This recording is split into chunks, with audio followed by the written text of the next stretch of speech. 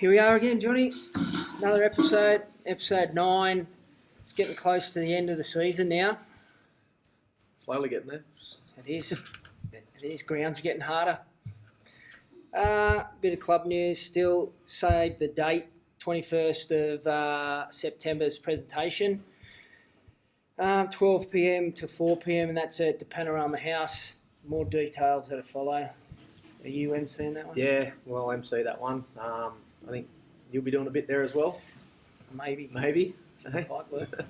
We've got a bit of a guest today as well, but we'll get to her in a minute. Old Boys Day. Now, we're going to do a bit of a drive like the membership. We've got to get people down there. The club, not that they're broke or whatever, but it helps their finances at the end of the year if we can get a big crowd of old boys there or fans, whoever, getting on the cans, whatever. I think it's an important one, this one, that a big turnout does eventuate. Being Old Boys Day, everyone should get down there, but also during the year, speaking about the financials, how much these gate takings and these big days do contribute to the club being financially successful come season's end. And we know the money's going back into the club, it's going to the players. So a big turnout this week. Hope for good weather, hope for no wind. Yeah. Or in 2 weeks' time, should be a big crowd there. 10th of August, that is. So, and that's the 2009. There's a lot of stuff for the 2009. So if you played in 2009, ring someone else up that you played with and come on down. So that's the 10th of August. Now, Johnny. Yes, mate. Should we do a live show of this or what? Yeah, we've mixed it up and talked about it. I reckon a live one on a Thursday night. Thursday night. After training, get a few of the boys involved. The last regular season game. Right, I'm going to look into that. That's next Thursday then. Yes, it is. Yeah. All right, it's gone already. So maybe next Thursday live on a Thursday night.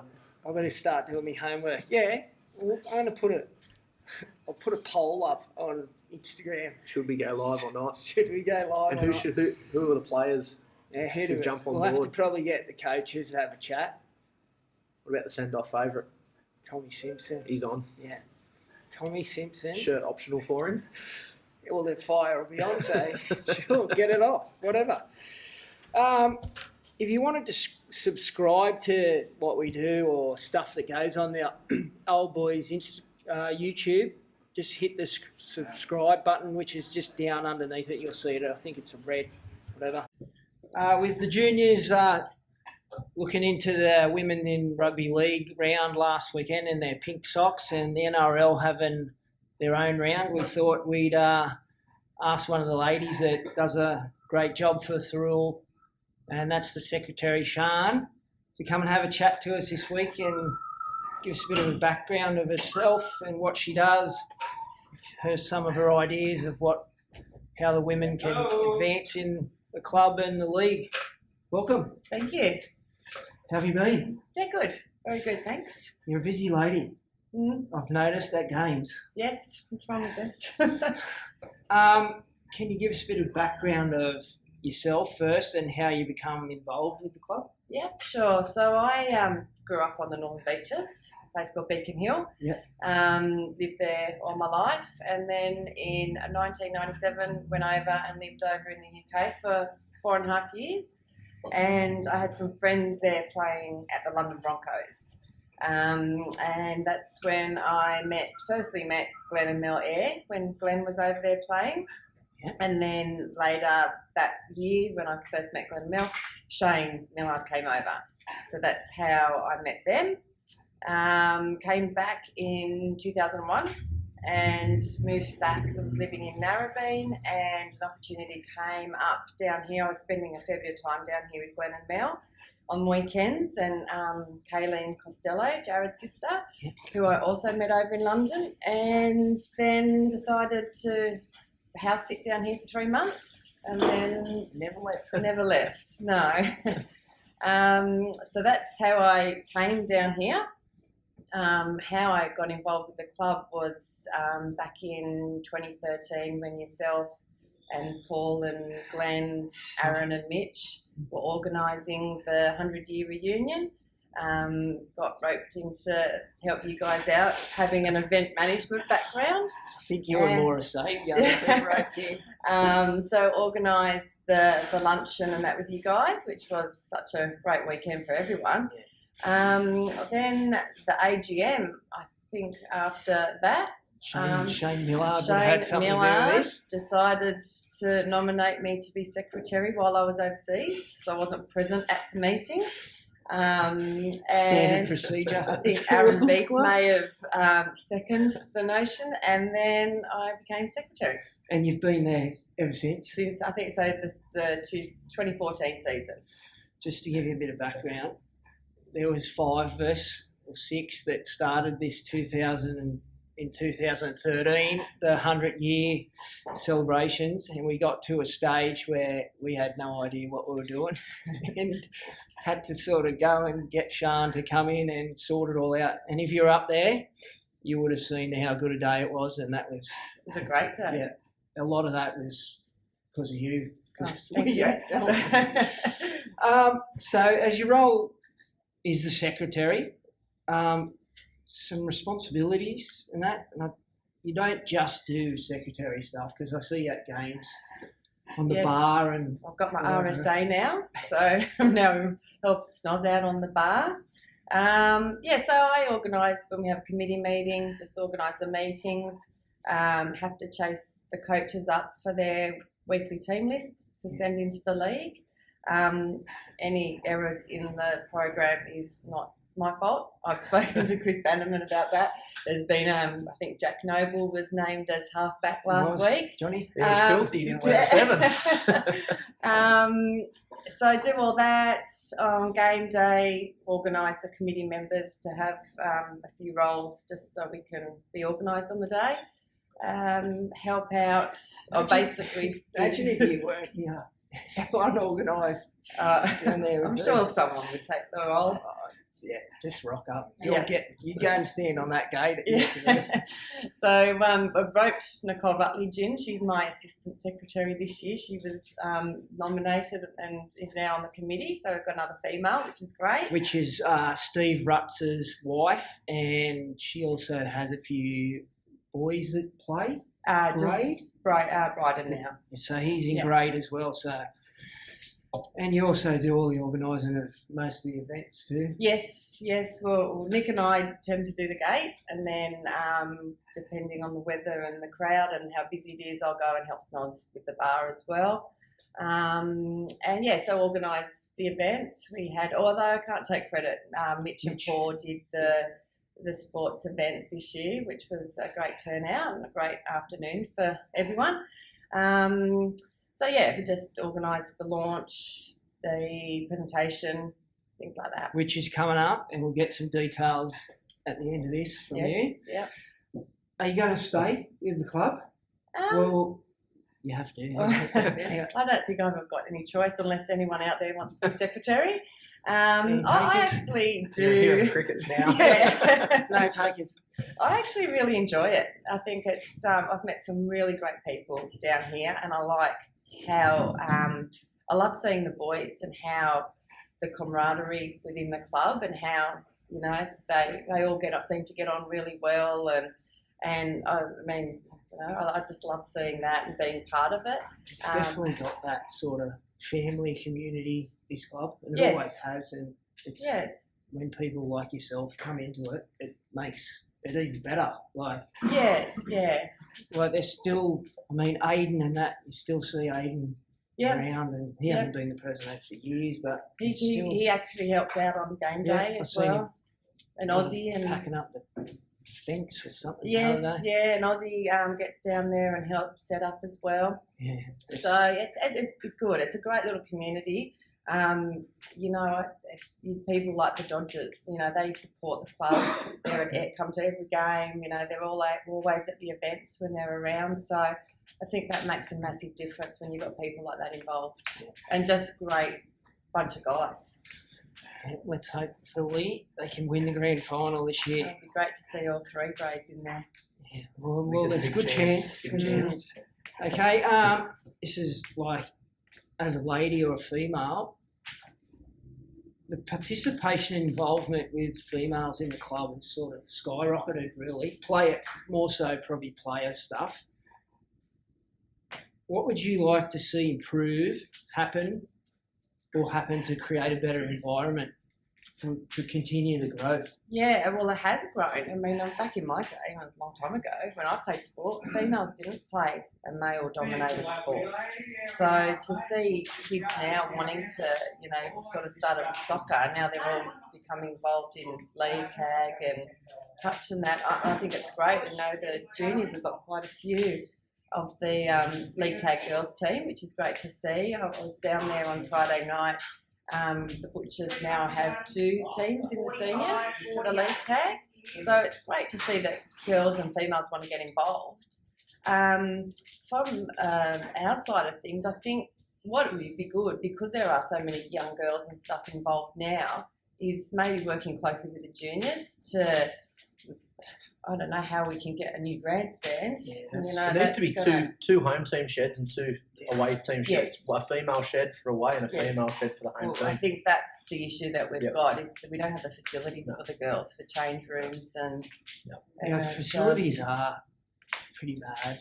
And I know the committee works really hard to try and get grants to fix them up, but the council need to get on board. I don't know how the council can see that that's a suitable... Like, went up at Helensburgh last weekend, the facilities they've got up there... Yeah, it's unreal. Yeah. That grandstand where they've got the bar upstairs, I mean, we'd kill it if we could have something like that. I just don't know how the council can see that the ground, even the bathrooms for people coming to the ground, you've got to send them all the way around outside. I don't see how that is a real issue now with more women in the league and that. If you want these girls to stay in rugby league, you want to provide something for them, like their own sheds, once they become seniors. Because now there's a pathway for all these young girls coming through to play football from the age of 6 right the way up until they want to retire playing football. So we need to have their own dedicated shed for an away team and a home team. There needs to be something done for that. If you want to promote the women's game, I think that's the way to do it, as well as participation. Well, I believe that couple of the junior games got moved up to Coaldale for the boys because they didn't have sheds for the girls. So the girls then that's took really priority at not good enough in this day and age. It's just not. Yeah, hopefully. I can't see why the juniors and the seniors can't work together and try and push for something to... Even the soccer club could get on board with that and try and fix at least the toilets out. Yeah. And that out the back. Something needs to be on that toilet block, doesn't it? Yes. That's horrendous. And, if it's not a nice day, we don't get the crowds at Gibson Park because there's nowhere to sit. Yeah. Whereas, up at, say, Helensburgh, they've got that great facility up there where people can sit on the deck and watch it. Were you at the Windy game with Johnny Corlin, where there was about 10 people? Oh, yes. Yes. Better than me. I was watching it at home. Yeah, I think a lot of people did that. Do you follow rugby league? Do you have an NRL team? Yes. So growing up on the Northern Beaches, mighty Manly Sea Eagle fan. Going all right too. Remember as a kid, my sister and I used to go down there and have our ripped up newspaper to throw up in the air when they'd score. And who was your favourite player? Back then, Graham Eady, I think it was. Yeah, well, that was a long young time kids. ago. A long time Get ago. on Google and find out who's I know. So I've always followed Manly. Yep. Through the good times and the bad. Yeah, they're going all right this year. Hopefully this year might a big win for Desi. Desi's back. Yeah. He's the key. Yeah. The presentation is coming up on the 21st of September. Yes. Do you have any more details? So it's at Panorama House on the 21st. A lunch again from 12 till 4. We'll organise buses again going up here, leaving the Ryans here. Times and stuff we'll put on Facebook so people know. They'll go on the website as well, and we'll definitely put the information out here as well. So. Yes, so we in previous years I think we've kept it as a private group to the players, but to set up an event in Facebook. But I think now we'll just put it out there for supporters might want to come. So when I was playing and had presentations, there was a few supporters, they're die-hard supporters would turn up and that. Yeah, so in the past, if they're not, if I haven't invited them into the group, they sort of probably don't know about it. So I think this year to get more people there. I mean, last year we had a great turnout. I think we were up around about the 130 mark. That is good. And ended up, everyone came back to the Ryans and it was a great day and evening. That's what you want everyone back here as well, don't you? Yes. Support the sponsor after the day. Support the Ryans, So the buses will come back here too. Yes. So you'll get picked up from the Ryans and dropped back to the Ryans, and then Phil will put free piss on for you as well. Yeah. That's a joke. Yeah. Anyway, Sharne, really appreciate you coming in and Thanks just for giving us having a bit of insight in who you are, what you do, and stuff Yeah, like that. thank You do an unreal job, Oh, thank honestly. you. You really do. I think this year it will be great to have all three grades in the grand final. So hopefully Here's we your can tip. get them there. Hopefully we can win it. Yes. Anyway, that's Sharne, the secretary of the senior club, and she does a great job. So if you see her down at the grounds, go and say hello.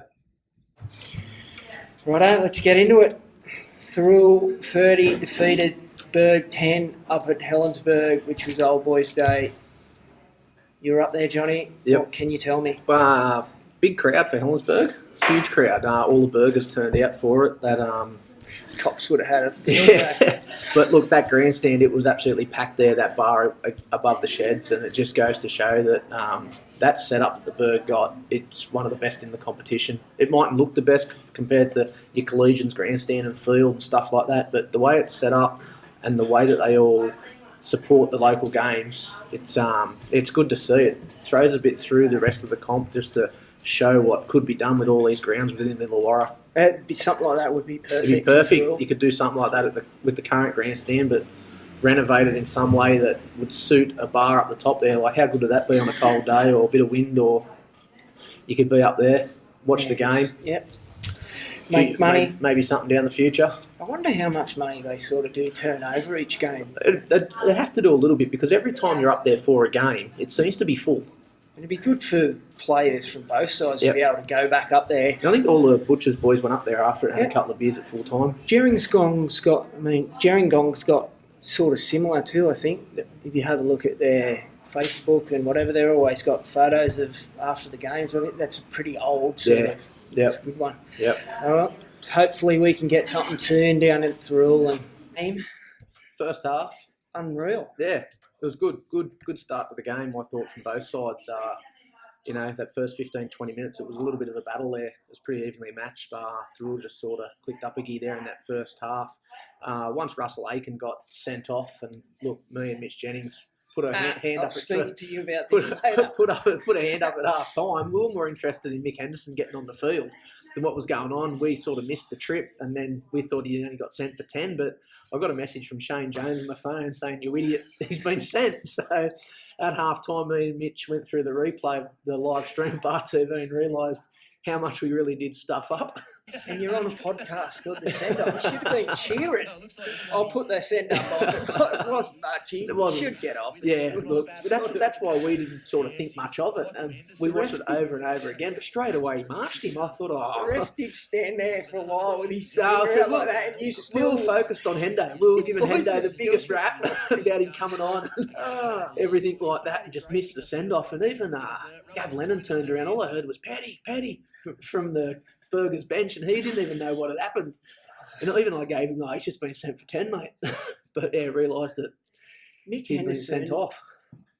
is playing good footy. He was big on the weekend. Well, he had to play big minutes. Jack Noble got split in the first half across the beak again, so he had a little bit of time on the sideline. There's a few little niggling injuries through the Thrill camp. But Hendo played huge minutes, and the purpose that he carried that ball, I haven't seen that for a couple of years from Hendo.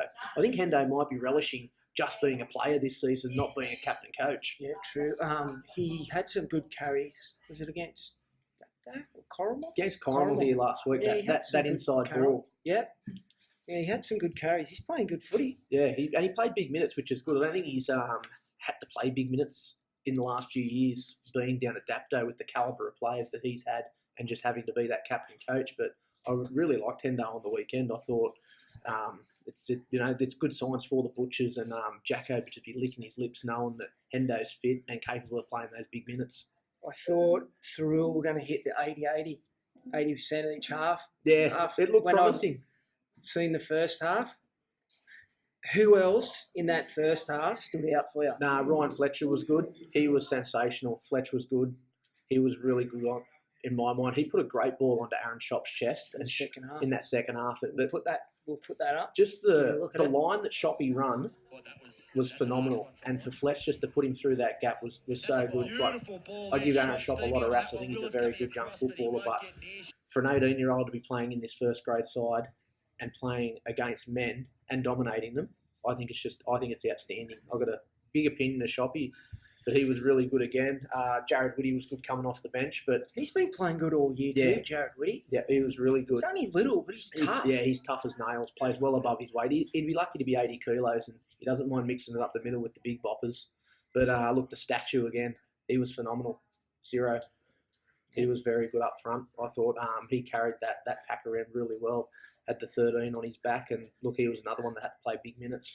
Do you reckon they'll keep? Like Mick Morris wasn't there, so obviously he'll probably return. You got Luke Dodge to come back into that side. Luke Dodge. Do you think the statue will stay at 13? He'll stay 13, pending Mick Morris back. And then they could use Jack Noble and Yeah. Rusco.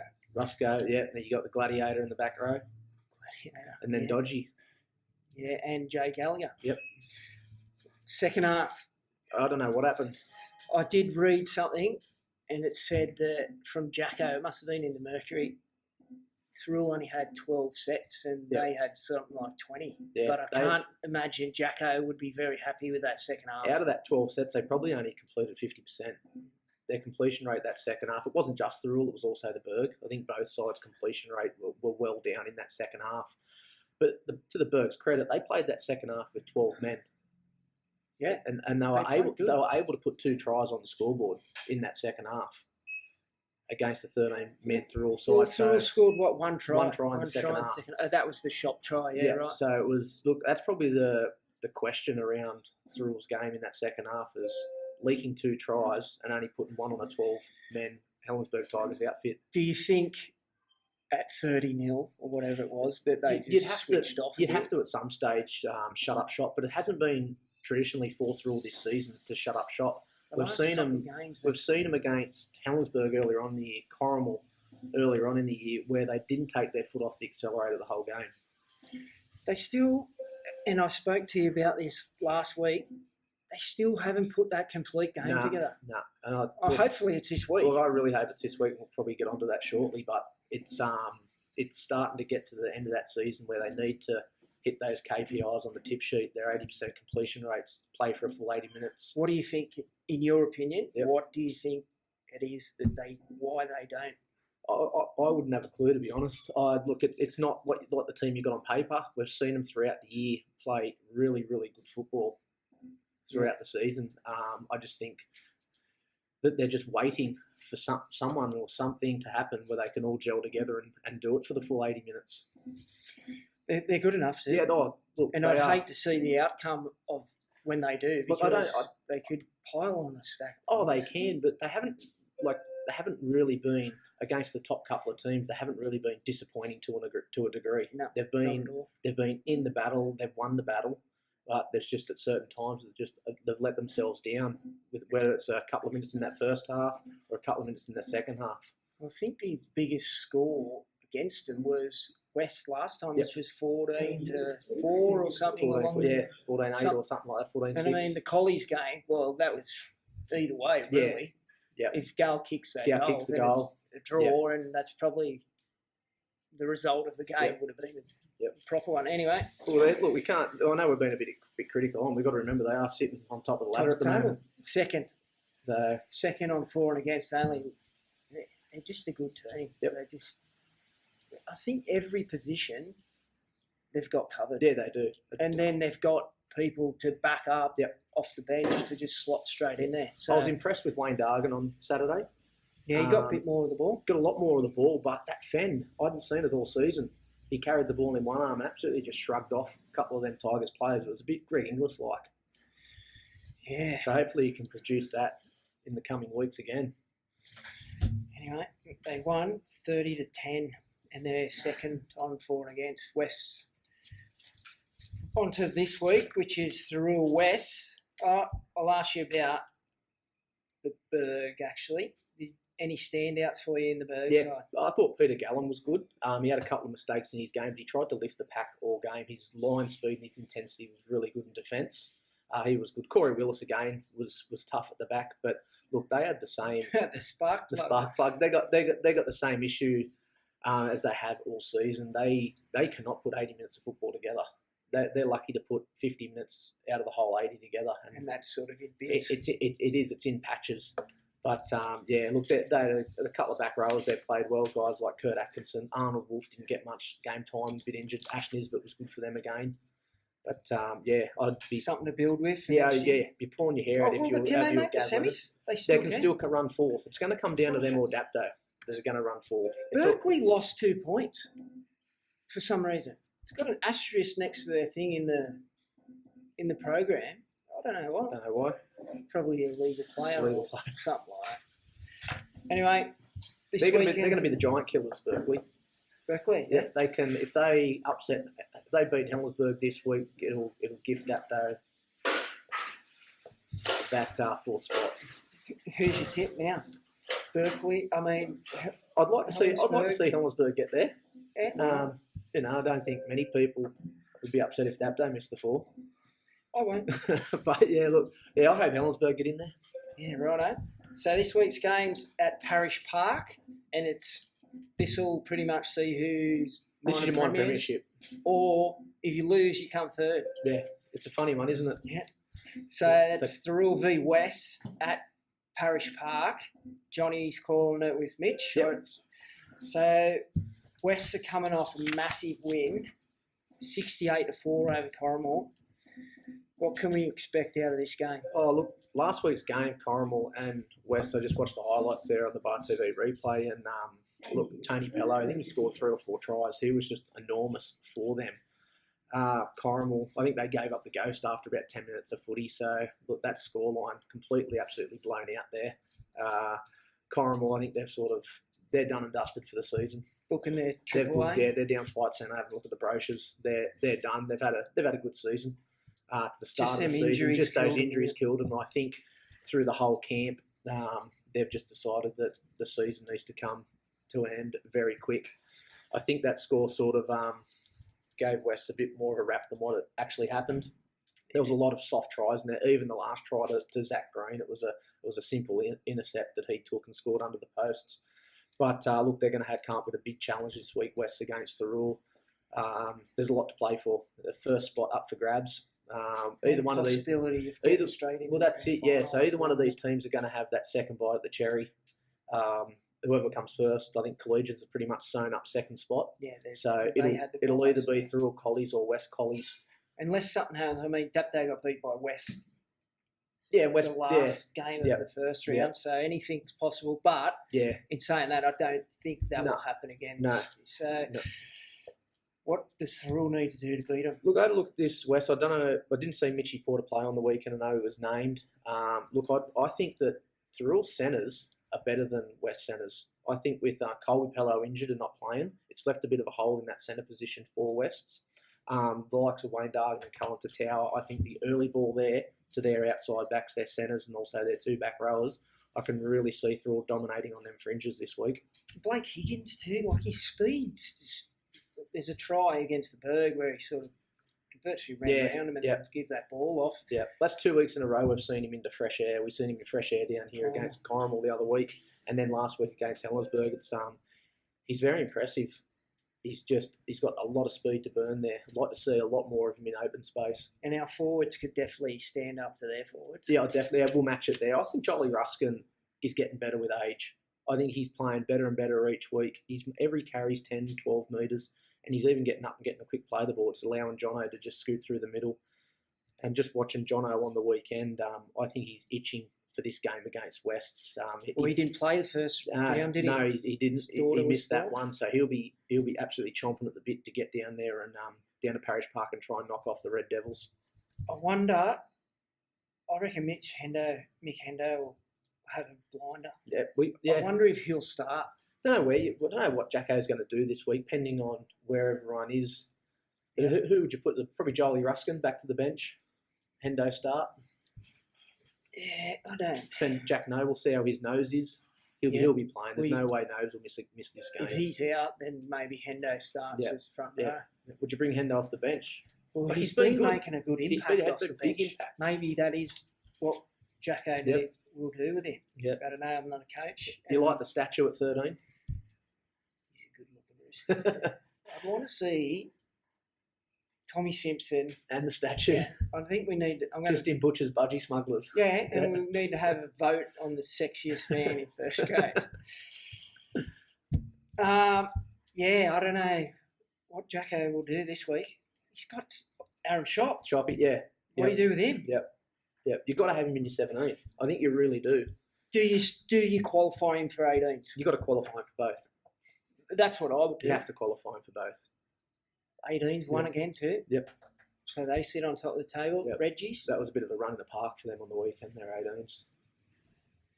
Yeah, I haven't had a look at the table. I know the rules reserve grade. I think they still might Third or third, second or third. Yeah. So 18's are first. So this is pretty big. Third. West's undefeated in Reggie's, This would be a good test for them. and they Thurul had a draw with them, I think, last time. Sure. Or they got close to beating them. Be a big day there. So So the Moose was back in the fold for reserve grade on last week. where's he been? Maybe a little bit busted. Is he? Yeah. Blown? Oh. Couchy was out there putting in big minutes. He's a robot, really. He's not real. So if you're not doing anything, I'm sure the boys would love some support at West. Thurul actually play all right at It must West. be their old boys' day down there this week.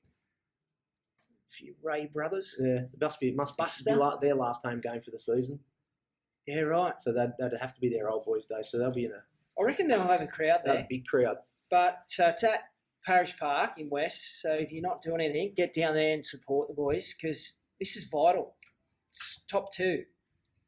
So we got to support them. Thurul's run home is West this week, Gibson Park next week for Berkeley. So hopefully we can. Well, it won't really matter if we lose this week, which is I don't think it's going to happen. We'll finish third, pretty much. You don't want to lose the last two and go into the semis, losing two in your belt. No, that's not good. Do I have anything else? Just don't forget about the presentation. Have a look at the website for information and whatever.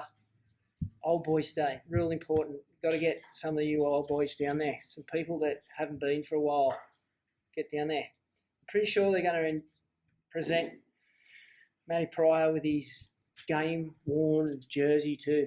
It's all framed up. I've seen it. I think that might be at half-time or before first grade. Old Boys Day, that was. We play Saturday night. Maybe he'll play for Thurul that day. Yeah, he does. Yeah. Sharks and Bunnies, isn't it? Is that the 10th? Saturday night. Oh, no, that's this week. It's this week? No, Don't know it's where they next. are. I think Where they they play the Friday. Friday, beautiful. Maybe you'll get on the cans. Yeah. The old boys. Marcus Kain's coming down too. Now, if anyone knows Marcus, he's never had a drink of alcohol in his life, and he's promised me he's going to have a beer. That's what he told me. You going to have one? No, I'm off it. Ev Stray's coming down, flying down from Queensland. So there's Confirmation on the Rift Bowl? It's gone missing. So if Ev Stray's coming down, everyone should be able to get there. Anyway, Old Boys Raffle is Sunday.